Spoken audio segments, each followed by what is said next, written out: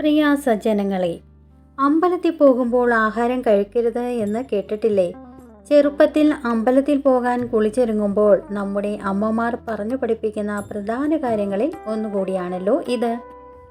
എന്തുകൊണ്ടായിരിക്കും ആഹാരം കഴിക്കരുതെന്ന് പറയുന്നതിൻ്റെ കാരണം? നമുക്ക് ഇതിനെപ്പറ്റി എന്തെങ്കിലും ധാരണയുണ്ടോ? ഓരോ കാര്യത്തിനും അതിൻ്റേതായ ചിട്ടകളില്ലേ? പ്രത്യേകിച്ച് അമ്പലത്തിൽ പോകുമ്പോൾ നമ്മൾ ഓരോരുത്തരും അനുഷ്ഠിക്കേണ്ട ചില അനുഷ്ഠാനങ്ങളുണ്ട്. അവയിലൊന്നാണ് അമ്പല ദർശനത്തിന് മുൻപ് ആഹാരം കഴിക്കാതിരിക്കുക എന്നത്.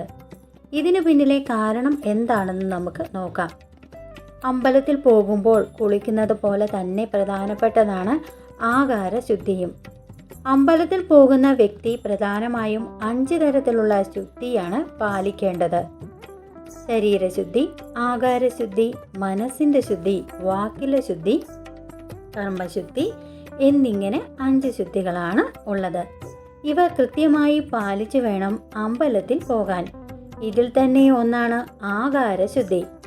അമ്പലത്തിൽ പോകുമ്പോൾ ഉപ്പ്, എരിവ്, ഉള്ളി, കാപ്പി, ചായ എന്നീ ആഹാരങ്ങൾ കഴിക്കരുത് എന്നാണ് വിശ്വാസം. ഇത് ആഹാരശുദ്ധി ഇല്ലാതാക്കുമെന്ന് വിശ്വസിക്കപ്പെടുന്നു. നമുക്ക് ഇന്ന് ലഭിക്കുന്ന എല്ലാ ആഹാരത്തിലും ഈ ചേരുവകൾ ഉള്ളതിനാലാണ് ആഹാരം ഒഴിവാക്കാൻ പറയുന്നത്. ഇനി അടുത്തത്, ചിലർ അമ്പലത്തിൽ പോകുമ്പോൾ വ്രതം അനുഷ്ഠിക്കുന്നു. ഇത് ശരീരത്തിന് വളരെ നല്ലതാണ്. ആരോഗ്യപരമായി നോക്കിയാൽ ശരീരത്തിൻ്റെ സന്തുലിതാവസ്ഥ നിലനിർത്താനും ദഹന സംബന്ധമായ പ്രശ്നങ്ങൾ ഒഴിവാക്കാനും വൈകാരിക ചിന്തകളിൽ നിന്നും അകന്നു നിൽക്കാനും ഒക്കെ ഇത് സഹായിക്കും.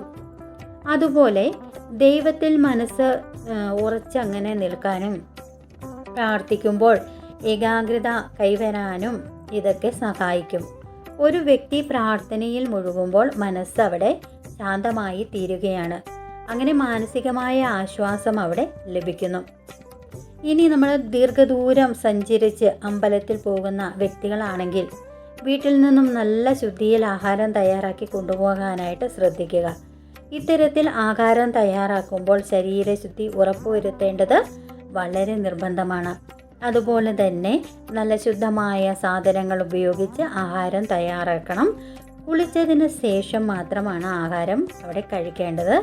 ആഹാരം കഴിച്ച് ഒരു അരമണിക്കൂർ കഴിഞ്ഞതിന് ശേഷം അമ്പലത്തിൽ പോകാവുന്നതാണ്.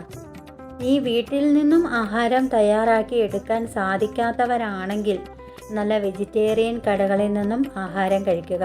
പരമാവധി ആഹാരം പുറത്തു നിന്നും കഴിക്കാതെ അമ്പല ദർശനം നടത്തുന്നതാണ് ഉത്തമം. നിങ്ങൾക്ക് കരിക്കിൻ വെള്ളം കുടിക്കാവുന്നതാണ്, അതുപോലെ പാൽ കുടിക്കാവുന്നതാണ്. അങ്ങനെ തന്നെയാണ് പഴങ്ങൾ കഴിച്ചുമൊക്കെ അമ്പലത്തിൽ പോകാവുന്നതാണ്. ഇത് ആഹാരശുദ്ധി ഉറപ്പുവരുത്താനായിട്ട് നമുക്ക് സഹായിക്കും. അമ്പല ദർശനത്തിൽ കൂടുതൽ ഫലം ലഭിക്കാനും ഇത് സഹായിക്കുന്നതാണ്. അപ്പോൾ ഇതൊക്കെയാണ് അമ്പലത്തിൽ പോകുമ്പോൾ ആഹാരം കഴിക്കരുത് എന്ന് പറയാനുള്ള പ്രധാന കാരണങ്ങളിലൊക്കെ ചില കാരണങ്ങൾ.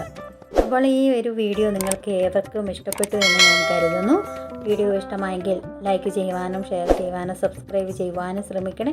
അതോടൊപ്പം ഞാനിടുന്ന ഓരോ വീഡിയോയും നിങ്ങൾക്ക് ലഭിക്കുന്നതിനായി ബെല്ലൈക്കൺ കൂടി ഒന്ന് സ്പർശിക്കുക. ഇതിഹാസങ്ങളിലെ